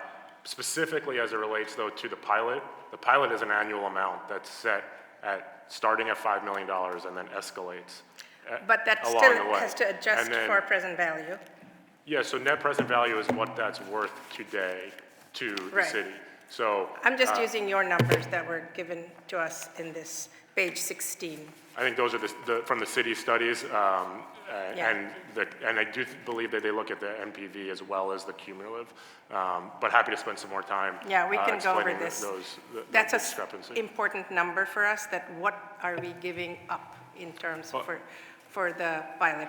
Yeah, I think the answer is we're not asking the city to give up anything. We're not asking the city to give any dollars to this. We're not asking the city to put anything into this from a monetary perspective, notwithstanding comments previously around the risks and what's being asked of this council. But financially, we are not asking for anything from the city. And the $1 billion of projected revenue, or if you use the city's numbers, the $700 million of projected revenue are at no cost to the city because the city is not putting any dollars in. And the key word is projected, right? Which was a concern that all of us have expressed. One is the projected, and that net present value is what we can only use to say how we're making whole what we're not getting in real estate taxes. That's how we would say what we're doing, right? How else are we going to assess that? The concept of net present value is typically used when you're trying to assess what should I pay today for the Yes. rights to a future revenue stream. So And it's in only the going to context of this depreciate. Yeah, okay. Sorry, go ahead. No, go ahead. So in the context of this transaction, because the city isn't paying anything, it is our position, and I believe that the city would testify to the same thing, that the concept of net present value is not really applicable to this agreement, as well as our agreement for the pilot is at $5 million a year. So, starting. however, the only way we can do it is today, right? We're looking at what we're foregoing over the years today, and that's what we're going to be able to negotiate with you to say either you increase your pilot or maybe you can offset it by putting it into CBA. It seems like we're not getting our fair value is what I'm really trying to get at. That's one, and the second thing is we don't have any guarantees, which is why the escrow conversation happened, which is why the need for getting some financial stack numbers are important. We're going to sign away a lot of stuff, you know, in giving you and hoping all of these, and we're, as we said, projected. So these are the reasons why we need to be, in today's value, understand what's going on and what we are foregoing. Yeah, understood. I think in today's value, the mall generates about a little over $1 million in taxes, and in today's dollars, we would pay $5 million in pilot. in the pilot. However, why are these, so these are not your numbers? That, I believe what you're looking at is from the city studies. So I'm going to, obviously they did their study and that's what they're giving us to review in this bill. So I'm going to go by this. So that is a discrepancy between what you're saying and what they're telling us. I don't have the report in front of me. I believe there's a page towards the end that We'll- shows we'll do that this shows the offline. cumulative numbers versus the MPV numbers. I just want to and we can make sure continue. that we understand that we are foregoing value. Yeah, Whatever we would have put in there instead of you, we are not realizing those real estate taxes. Sure, so I think we definitely would like to spend time to make sure, because I think we may be talking past each other and Yeah. not fully understanding the information that you're looking at right now. But I do just want to be clear in terms of whether it's net present value or, today's dollars or, as long as it's, comparable figures or analysis, what we will be paying on the mall is more than what we will be paying in a pilot is multiple times more than what the mall currently generates. Well, yes, of course, Okay, which is why we are even contemplating doing this, of course. That's a given, but we're just wanting to know, if not you, something else might be able to make us more whole. And that's why this is a negotiation. Or understood. else you would not be testifying. This is not final. What you've said is not final, what we've said is not final. We're gonna come up with something better, and our job here is to make sure the city makes out, which means our constituents make out on this. So obviously, what you're gonna project, what we are gonna project, we have to come to a place to say which one is the correct projection in order for us to move forward. Because I'm just looking at the projection in the bill that the city was transmitted to us. Sure. And in that transmittal, I can tell you that what the real estate taxes would have been from comparable, as I said, the Marriott, which is not exactly the same, is a lot more. So we are, in the pilot perspective, we are giving up some resources. And since there's been a conversation about the community benefits agreement, I think reducing the time and having a back-end renegotiation on that and allowing some of what we're giving away in the pilot to show up in the CBA, that's one way to look at this negotiation. I'm just telling you we're going to negotiate. This is not Agreed. the final, and as my colleague Anthony Phillips mentioned, the 50 million from everybody I've heard here doesn't seem to be final for us. It sounds like it's a final for you, but we got to sign off on this. And understood and appreciated. And we'd love to spend time because I think some of the numbers that you're referencing are not computing with how we interpret the numbers. So we want to make sure that we're speaking the same language, absolutely. Yeah, just once again, this is what was given to us by the city in this bill. So can you and your hopefully team provide 76ers We'll place take a look at what numbers? the council members looking at and make sure In that we comparison have with the council understanding of members' what's being numbers? Okay. Dr. Meyer? Thank you, yes. Thank you. Chair recognizes Councilmember Kendra Brooks. Thank you, Council President. So my first thing is just a point of clarity from Councilmember Landau's question about the WNBA team. Because we've been doing a lot of WNBA research. So are you committing today that would a Philly WNBA team be playing in that stadium? Because it's to my understanding that currently the majority of the WNBA teams play in separate arenas. Sure. So our expectation is that if we're successful in a bid for a WNBA team, the team would likely start before this is open. But this would eventually be, once this opens, this would be their permanent home. It'd be a shared home between the Sixers and whatever WNBA And the WNBA team, that's correct. Okay. So my next question is about jobs. So what's the average wages for stadium employees at other properties owned by your company? I don't have that number, but I can definitely get it too. Because developers' website claims that the new arena will produce 12,000 jobs, and I know we've been going all over the place with this number. And the mayor's presentation claims that over 1,000 construction and operations jobs. But the current economic study said around 700 jobs for Philly total, and a third of those will only happen during the 3-year construction period. Which estimation is correct, in your opinion, and why?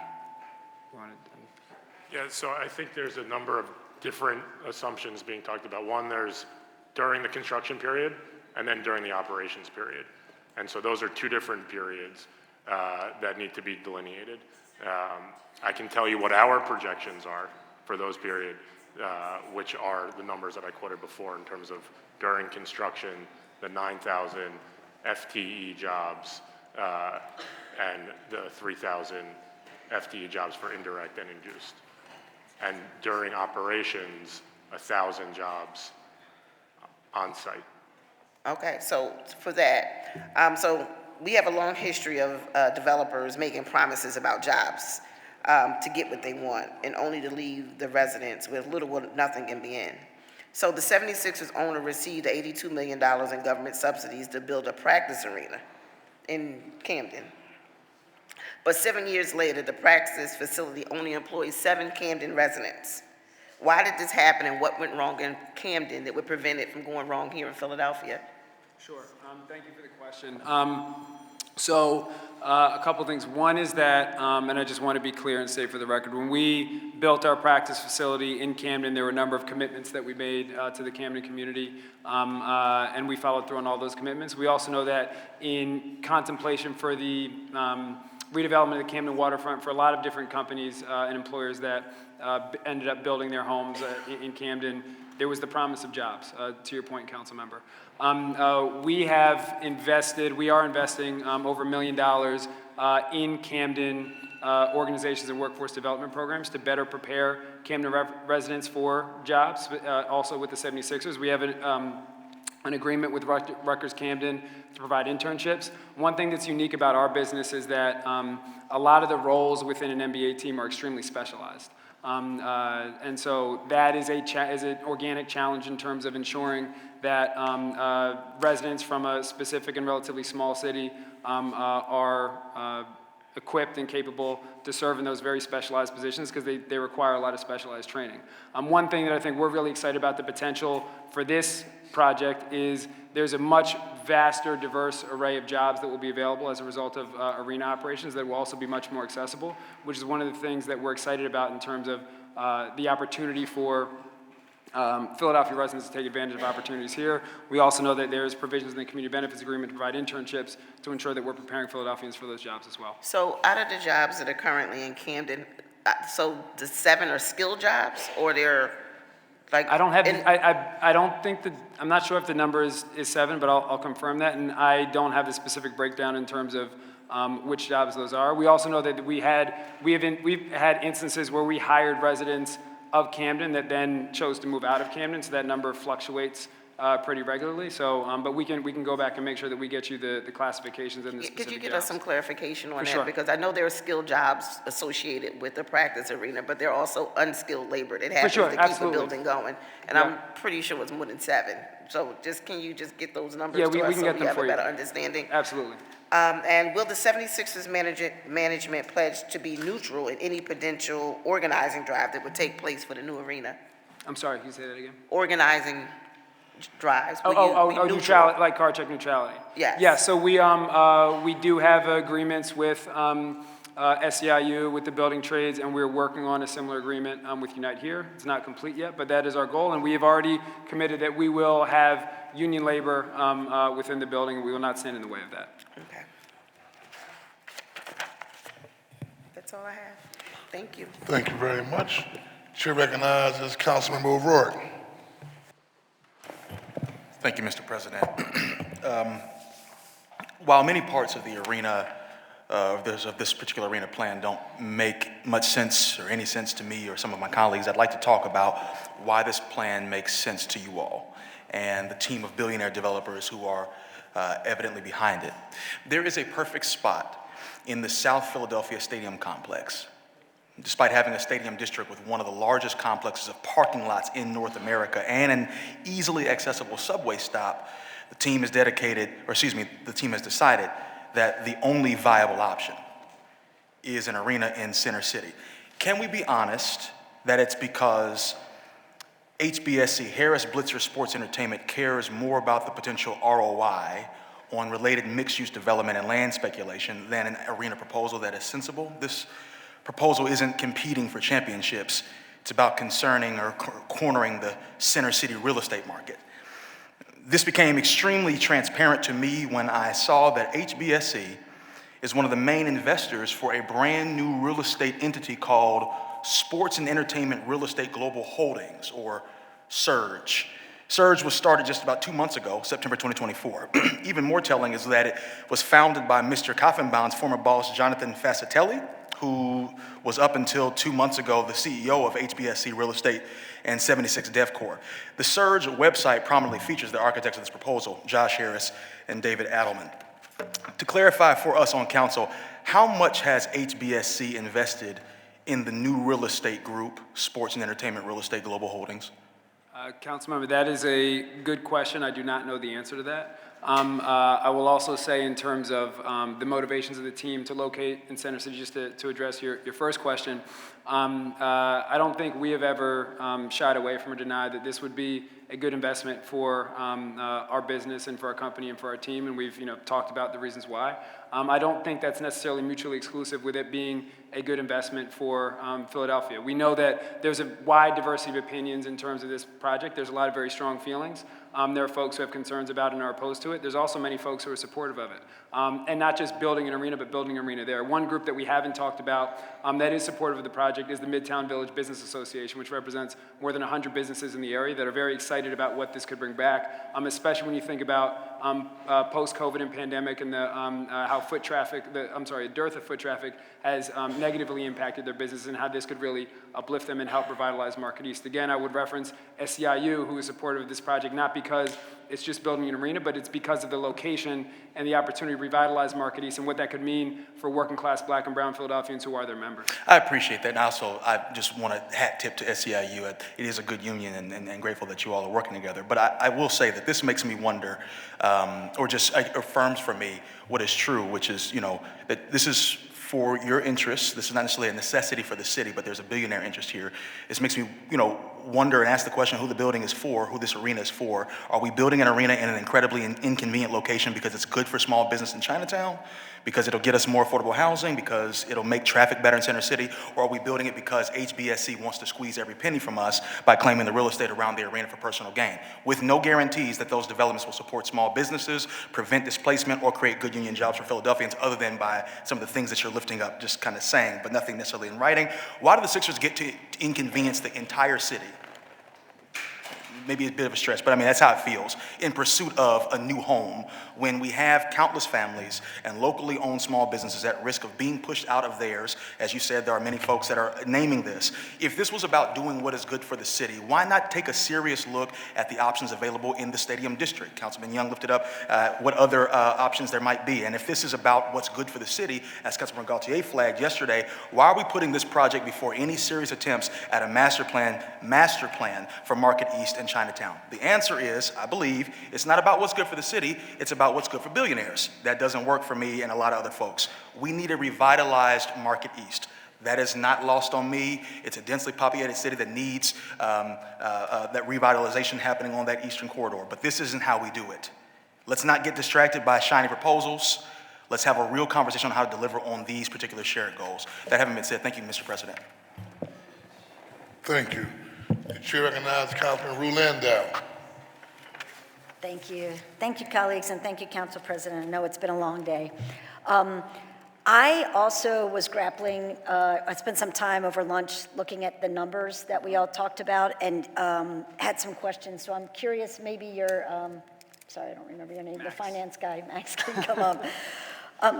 You said there are definitely a disparity between numbers that the city has given us and numbers that you said today. And you said earlier today that there would be a direct impact of $770 million to the city and $200 million to the school district over 30 years. Can you break those numbers down for us?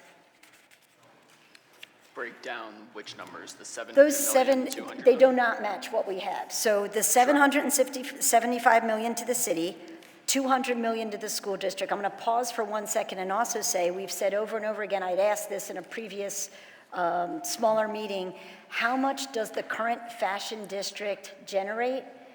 for the city? And the answer was $1 million a year, which would be $30 million for the 30 years. But I believe, the question is, what is that number too? I believe that number might only be property taxes because there's a TIF, so let's be honest, it should be generating more than that. So I wanted to break down, you said there's a direct impact of there will be a direct impact of $775 million to the city over 30 years, and $200 million to the school district over 30 years. Where do you get those numbers? And the $1 million we've talked about from the Fashion District, what exactly does that cover? I'll ask Max the detail. The 1 million, you are correct, that is property taxes. 1 million is yeah, only property and taxes, okay. The MuniCap analysis, though, took into account the other tax revenue streams. And when we talk about the $1 billion, that is the net new result of the various property streams. And, sorry, tax streams, in addition to the property tax. So Max can talk about what the work was that they did. Yeah, so the tax revenues we looked at were real estate taxes, wage earnings taxes, business income and receipts taxes, sales and use taxes, liquor taxes, amusement taxes, outdoor advertising taxes, and use and occupancy taxes, as well as the pilot payments. So we don't currently know that total number for the Fashion District right now.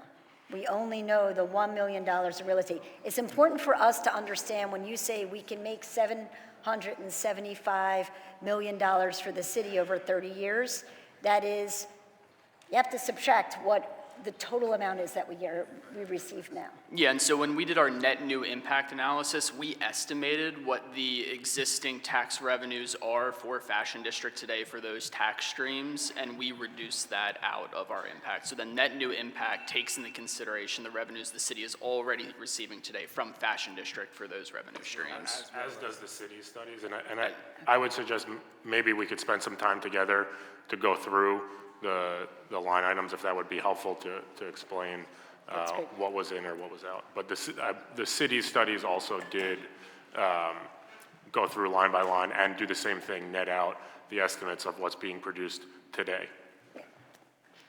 Yeah, and to be clear, also our net new impact analysis excludes tax revenues that we estimate to be occurring today at Wells Fargo Center that will just be moving to the new arena.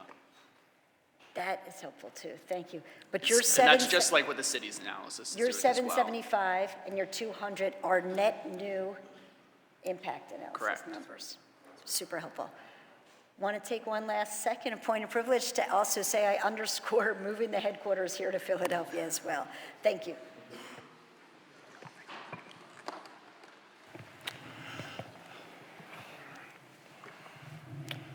Councilmember Jeffrey J. Young. Thank you, Mr. President. Just jump right to it. Will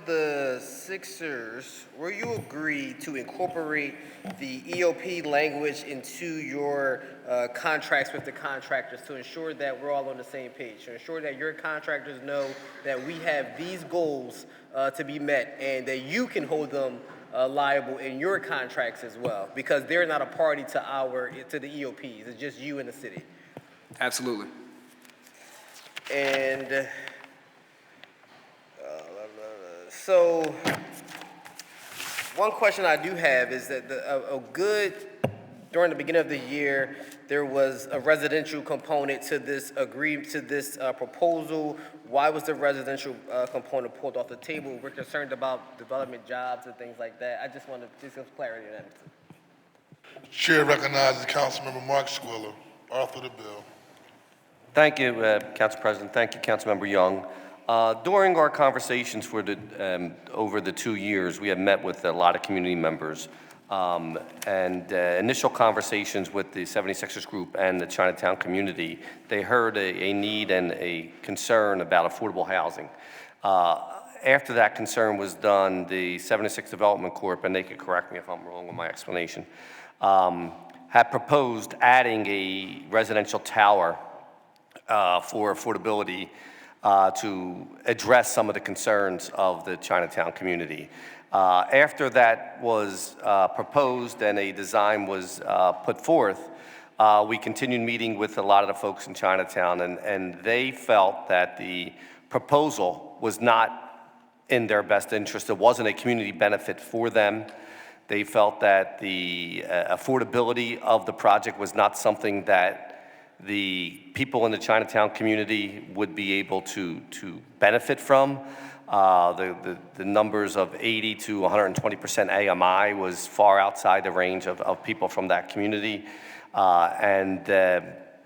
We mentioned that to the 76th Development Corps during our conversations, and we requested them to, instead of building that tower there, to develop on other sites that the Fashion District own, which is the south side of Market Street, and build the density on the south side of Market, and not as a community benefit for Chinatown for something they couldn't depend on. And in doing that, we got commitments from the mayor and part of the CBA dollars for affordable housing to transfer a local parcel that was city-owned in the 9th Police, the 6th Police District, now it's called the 9th, but at 11th and Winter, that working with the Chinatown community to co-develop that site as a true 100% affordable housing project that would have approximately 52 units of 30 to 50 to 60% AMI. And we thought that that development would reach more of what Chinatown was interested in as far as providing affordable housing, but still allow the development team to build density on the south side of Market Street, and also help with some of the vacancies that were on the south side of Market Street. So we saw that as a win-win when we were negotiating with the 76th Development team, that we probably spoke to them about a year before they finally agreed to remove that tower from the project. I got a lot of heat and pushback from a lot of the apartment and development community, but I did agree with the Chinatown community that I thought it was not really built as a benefit for them, even though I think the 76th Development Corp thought it was, and that it benefited them. Obviously, the density does help downtown Center City, and it does help building retail to make sure we get more people in the area to go to those retail. But during those conversations, I thought during those conversations that it was better to build the density on the south side and build a truly affordable housing project in Chinatown for the residents of that community. Thank you, Councilman, for that. I appreciate that. The next question has to do with, I guess, traffic and infrastructure again. You all heard the issues that SEPTA have, and your proposal only works if you achieve 40% ridership on public transportation. And I can tell you that looking from folks from my community who go to the Sixers games, that's a place we go get fly. And we're not fly clothes on SEPTA, right, to get down there. So we're not driving. I mean, we're not catching the train. Anybody can attest to that. My wife's not getting on the train to go to the Sixers game, and we only live a couple of miles away. It's not happening, right? So in knowing that, right, are you willing to, you have a segment of folks who will not take public transportation for a variety of reasons. Will you commit to the city to some type of fee, some type of surcharge for traffic management if you do not achieve your goals of 40% ridership? Because again, it only works if you achieve 40% ridership. So if you only have 30% ridership, 25% ridership, who does that burden fall on, and who pays that cost? Thank you for the question. So obviously, we believe that 40% is achievable, but so does the city, and the city's studies that were conducted independently of ours came to the same conclusion that 40% is achievable. It's not a foregone conclusion. There's obviously work that's needed to get there. So tell us those things that have to happen in order for that to be achievable. Things that need to happen in order to get to 40%. Yeah, what are those things? Yeah, so a SEPTA system, and it's not just SEPTA, it's PATCO, right? 20% of our fans live in New Jersey. The functioning systems that are safe and reliable, as well as the promotion of public transit, the integration of transit. We've looked at a lot of different cities across the country who have developed in conjunction with transit agencies and figured out how to promote the use of transit to make it a seamless interaction, right? So things like, as simple as a website or wayfinding signage, or including on your ticket information about the use of the transit. Things like that are the things that need to go into reaching that 40% goal. So you all know the issues that we've had with SEPTA. Like, I'm not going to belabor that point, but I just, to think that we can get SEPTA at a position to achieve those goals right now, I think is a hoop dream, as I'll call it. Thank you, Mr. President. You're welcome. Any other questions or comments from members of the committee? Well, thank you for your time being here, and I expect as we move forward and go through this process, you will continue to keep engaging with members regarding questions and concerns that were brought up during this hearing. Thank you for your time for being Thank you, we here. appreciate it. This concludes the business before the Committee of the Whole today. The chair recognizes Councilmember Mark Squilla. Can we leave the option open for a callback? Absolutely. Okay, thank you. And so the option for a callback will be on the table. We have a significant amount of time to go through this process. We won't be fast tracking it. So at the request of the member to sponsor legislation, just be on standby. Will do. Thank you very much. Thank you. This concludes the business before the Committee of the Whole for today. I want to recognize Councilman Mark Squilla for a motion to recess the public hearing to Tuesday, November the 19th, 2004 at 10 a.m. Thank you, Mr. President. We also want to wish our Councilmember Ketty Lozada a happy birthday today for sticking with us. So moved. It has been moved and properly seconded that the Committee of the Whole will be recessed to Tuesday, November the 19th, 2024 at 10 a.m. All those in favor signify by saying aye. Aye. Those opposed, the ayes have it, and we are in recess till Tuesday, November the 19th, 2024 at 10 a.m.